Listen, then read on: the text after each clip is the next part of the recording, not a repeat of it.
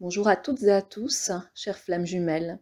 Je suis Laure, je suis thérapeute quantique et je vous accompagne sur vos parcours d'éveil. Alors si vous avez besoin d'une consultation ou d'un accompagnement pour développer et vous épanouir dans votre lumière, mon adresse mail est en barre de description. Je vous remercie aussi beaucoup de participer à l'expansion de ma chaîne en likant, en partageant ou en commentant mes vidéos ou en vous abonnant. Alors pour cette vidéo, j'ai repris volontairement le terme chaser. Je vais vous expliquer pourquoi. Ce n'est pas pour parler du premier éveillé au lien, mais plutôt pour décrire une attitude, un comportement qu'on observe souvent dans les parcours. Chaser, en anglais, ça signifie celui qui poursuit, donc le poursuivant, et c'est bien ce comportement qui va déséquilibrer tout le système, que ce soit dans un lien de flamme jumelle, comme dans une relation amoureuse lambda. Donc il est important de prendre conscience de ce comportement pour pouvoir le modifier et le faire évoluer. Et comme je l'ai déjà exprimé maintes et maintes fois, ce qui nous définit, c'est d'abord notre vibration. Et notre vibration, c'est la conscience qu'on a de soi. Ce sont donc nos pensées, nos actions, nos émotions, mais aussi nos paroles et nos actes qui définissent notre vibration. C'est donc tout ce qui est manifesté comme tout ce qui est non manifesté. Et d'ailleurs, la partie non manifestée, c'est ce qui est le plus profondément représenté, le plus largement représenté dans notre vibration. Et bien souvent, dans les relations sentimentales, eh bien, nos insécurités, elles ont tendance à nous rendre needy. Alors needy, c'est une expression utilisée, encore une expression anglaise, utilisée le plus souvent par les love coachs pour définir une personne qui a besoin de l'autre. Ça signifie être en besoin, dans le besoin. Et ce comportement needy va s'amplifier selon nos peurs et nos insécurités. Être needy, c'est donc avant tout une énergie, une vibration, quelque chose qui se dégage de nous lorsqu'on se sent en insécurité. La personne needy a la peur de perdre l'autre bien souvent. En ce sens, elle va utiliser des comportements manifestés ou non manifestés qui vont faire fuir l'autre. Comme on le dit souvent, on ne peut pas tricher avec la vibration. Donc, même si dans la matière, on ne fait parfois rien pour faire fuir l'autre, dans nos attitudes, dans nos comportements, en apparence, eh bien notre vibration, elle va quand même transmettre le message qu'on a besoin de l'autre, qu'on a peur de le perdre, qu'on est donc en dépendance affective.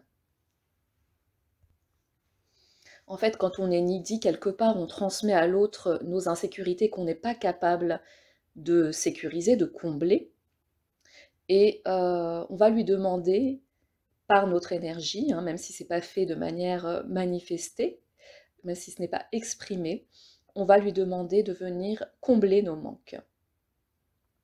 Et l'autre, surtout dans un lien de flamme jumelle, ce lien qui fonctionne en système énergétique, eh bien, il va ressentir cette énergie de manque, d'insécurité, et cela va le faire fuir. Donc cela parle d'abord d'insécurité, de doute et de peur personnelle. On va par notre énergie transmettre ces insécurités, ces doutes, ces peurs. Par exemple, attendre que quelqu'un réponde à un message toute une journée, voire toute une semaine, voire toute une année ou des années encore, prévoir un mois à l'avance de souhaiter l'anniversaire de l'autre, d'anticiper ce qui pourrait lui faire plaisir, de lui acheter des cadeaux alors qu'il n'a rien fait pour les mériter, ou encore s'adapter à ce qu'on pense que l'autre aimerait qu'on soit, qu'on dise ou qu'on fasse, eh bien ce sont des comportements needy. Et ces comportements, eh bien, ne sont pas très sexy, à vrai dire. Donc le nidisme, qui sont l'ensemble de ces comportements, hein, c'est un anglicisme, eh bien, c'est un comportement attendu qui place l'autre en position de sauveur. Lorsqu'on est needy, on donne à l'autre un pouvoir de vie ou de mort sur nous. En un mot, en une action, ou même en un silence, ou bien une non-action même, eh bien, il peut nous anéantir. Cela place donc l'autre dans une situation très délicate, où il détient votre pouvoir. Il détient son pouvoir personnel, mais aussi le vôtre, du coup. Un pouvoir qui est beaucoup trop grand et dont il ne sait finalement pas quoi faire. Cela n'est donc pas du tout attirant, car tout semble déjà acquis, en quelque sorte. Et même au-delà de cela, c'est un peu comme s'il détenait à lui tout seul une décision de vie ou de mort sur nous. Vous lui donnez vraiment tout votre pouvoir en étant dans ces comportements de manque et de besoin, d'insécurité. Et je vous le demande, qui aimerait se retrouver avec ce pouvoir entre les mains, en fait? Eh bien, personne, il me semble. Donc soyons conscients que nos insécurités, créées par nos besoins non comblés, font fuir l'autre et les autres en général. Il est donc temps de réagir et de mettre en place des actions pour récupérer ce pouvoir, notre pouvoir personnel. Je le constate beaucoup en consultation. Les insécurités, les besoins non comblés créent des comportements où on ne se respecte pas. Or, le respect de soi, c'est une des fondations de l'amour de soi, essentielle. Je vois tous les jours des choses hallucinantes dans les parcours, hein, et j'en ai moi-même fait, donc je ne juge pas ça. J'en ai moi-même fait beaucoup. J'ai utilisé des comportements insécurisants sous prétexte de se sentir appartenir à ce lien de flamme jumelle. Hein. Ça donne encore plus de pouvoir à l'autre lorsqu'on est conscient de ce lien, quelque part. Certains qui se pensent dans ce lien sont prêts à parcourir des milliers de kilomètres juste pour voir leur autre 1 heure ou 2, ou même moins d'ailleurs. D'autres attendent désespérément un message d'anniversaire qui n'arrivera jamais. D'autres encore acceptent d'être un plan cul pour une soirée, 1 fois par mois, dès que l'autre claque des doigts. Ou certains se contentent d'une amitié, pendant que celui qu'ils convoitent secrètement leur présente ses conquêtes Tinder. Donc vous êtes d'accord avec moi, il y a quelque chose qui cloche dans tous ces comportements lorsque vous entendez ça. Et pourtant, peut-être que vous avez vous-même accepté ce genre de situation. Eh bien, cela n'est pas équilibré. Et lorsque vous faites cela, lorsque vous acceptez cela, non seulement vous vous manquez de respect à vous-même, mais en plus, vous envoyez à votre autre le mauvais message, un mauvais signal, une mauvaise vibration. Einstein a dit, la folie, c'est de faire toujours la même chose et de s'attendre à un résultat différent. Donc, pour celles et ceux qui acceptent trop, qui s'adaptent sans arrêt à leur autre, vous l'avez compris, il est temps de changer, de retrouver votre dignité et de vous traiter avec respect, parce que vous méritez mieux. Et l'autre, en fait, il ne fait que réagir en miroir à ces comportements déséquilibrés. Donc à partir du moment où vous allez équilibrer cela en vous, eh bien, vous allez avoir un autre miroir en face. Et sachez qu'il n'est jamais trop tard pour changer. Les êtres humains ont tendance à oublier très rapidement les comportements du passé. Et ça, c'est une chance. Car cela signifie que dès que vous allez mettre en place des changements dans votre façon de vous comporter, dans votre énergie, eh bien, votre vibration va changer. Et votre autre va recevoir un message totalement différent. Et donc, il va vous le restituer en miroir, puisque la vibration, par loi d'attraction, est restituée dans la matière en miroir. En fait, votre réalité vibratoire eh bien, elle attire à elle votre réalité physique. Mais pour que cela change, les comportements sont à mettre en place en profondeur. On va donc parler de votre nouveau self-concept. Le self-concept, c'est la façon de se percevoir, de se concevoir, la conscience qu'on a de nous-mêmes. Donc ça commence déjà par la définition qu'on se donne à nous-mêmes. Si on se voit comme un chaser, ou même comme un runner d'ailleurs, eh bien, vous apportez déjà une connotation négative à votre self-concept, dans le sens où vous vous définissez globalement comme quelqu'un qui poursuit ou comme quelqu'un qui fuit. Dans les deux cas, votre self-concept, eh bien, il n'est pas au top. Hein, alors que si vous commencez à vous considérer comme quelqu'un d'irrésistible, de magnétique, de charmant, alors votre self-concept va aussi changer en fonction de ça. Le principe d'un bon self-concept, c'est d'abord d'aller solidifier votre estime de vous-même. Et pour cela, il va déjà falloir changer la perception qu'on a de nous-mêmes. La première chose à mettre en place, c'est d'arrêter immédiatement tout jugement négatif sur nous-mêmes. C'est-à-dire, au lieu de nous juger nuls, parce que on a encore craqué face à notre flamme jumelle en couchant avec lui, et que finalement on regrette parce que le lendemain, eh bien, c'est silence radio. Alors, c'est un exemple, hein, évidemment, tout le monde ne vit pas ces situations-là. Mais j'en vois quand même. Hein. Donc, par exemple, selon cet exemple, eh bien, il faut prendre de la hauteur par rapport à ces situations. Essayez de percevoir les choses différemment, de manière plus valorisante pour vous. Pouvez-vous dire par exemple que vous êtes tellement irrésistible qu'il n'a pas su se retenir de vous sauter dessus et que s'il vous laisse dans le silence, c'est certainement parce qu'il a peur de ses sentiments pour vous. Alors oui, hein, c'est une façon, comment dire, d'enjoliver la réalité. Mais de toute façon, la réalité est subjective.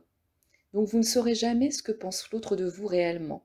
Je vous renvoie à ce propos à ma vidéo qui s'intitule « Que pense-t-il ou elle de moi ?» Donc autant vous créer une réalité, une interprétation qui soit valorisante pour vous et qui vous fait gagner en estime de vous plutôt que de voir le verre à moitié vide. Hein. Essayez de percevoir la réalité sous différents angles, différentes facettes, et pas toujours sous un angle qui soit dévalorisant ou négatif pour vous. Je vous assure que plus vous vous entraînez à percevoir la réalité, votre réalité, avec un autre regard, un regard teinté d'estime de vous, de respect, et plus la réalité vient s'aligner à ce regard, et devient alors plus douce, plus confortable. Car ce sont bien vos pensées sur vous-même, qui régissent votre réalité. Alors, faites-y bien attention à ces pensées, à vos interprétations. Quant à vos insécurités qui continuent de vibrer, apprenez à les accepter en étant doux envers vous-même. C'est ça en fait la vulnérabilité.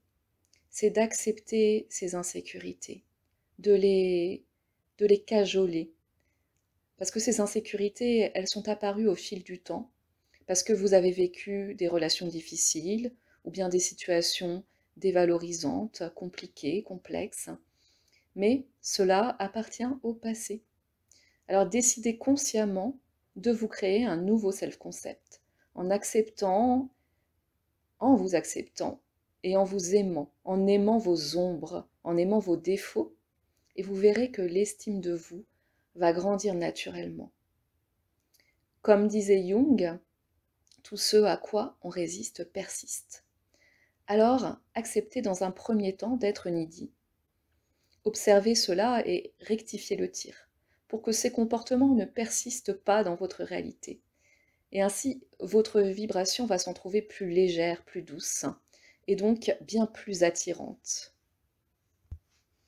Finalement, par votre vibration, eh bien, c'est vous qui attirez ou repoussez les autres. Alors, faites bien attention à cela. Soignez cette vibration. Il y aurait bien sûr beaucoup à dire sur le sujet et à mettre en place des choses énergétiquement, mais ça se fait au cas par cas, hein, et cela ne se fait pas non plus en un jour. Il est difficile de prendre conscience seul de ses comportements et surtout de changer sa vibration. Alors n'hésitez pas à vous faire accompagner par un thérapeute dans ce processus. Moi, je propose cela dans les séances, à la fois par un soutien en coaching et aussi par des séances d'hypnose qui vont venir élever la vibration de manière concrète. Donc dans les accompagnements, je vous aide à obtenir des clés dans le respect et l'estime de vous, et surtout à vous rebooster, à rebooster votre self-concept. Car je sais voir la valeur en chacun d'entre nous. Et vous aussi, vous devez apprendre à voir votre valeur. Ce processus de changement me semble indispensable dans tout parcours d'éveil. L'autre, par sa fuite, son silence, son rejet, vous invite clairement à vous positionner, à vous affirmer et surtout à reprendre votre pouvoir, hein. C'est là où il agit comme un guide en fait, hein. Car vous seul créez votre réalité. Vous seul avez la capacité de changer et de faire changer votre monde. Alors, chère flamme jumelle, aujourd'hui, prenez la décision de vous respecter et de vous chérir, quels que soient vos comportements, quelles que soient vos peurs, vos insécurités, et incarnez cet être respectable et aimable que vous êtes. Vous êtes un être précieux et vous le savez au fond de vous. Alors, révélez à vous votre lumière. Révélez le trésor qui sommeille en vous. Je vous souhaite à toutes et à tous une journée, une soirée pleine de lumière et je vous dis à très bientôt.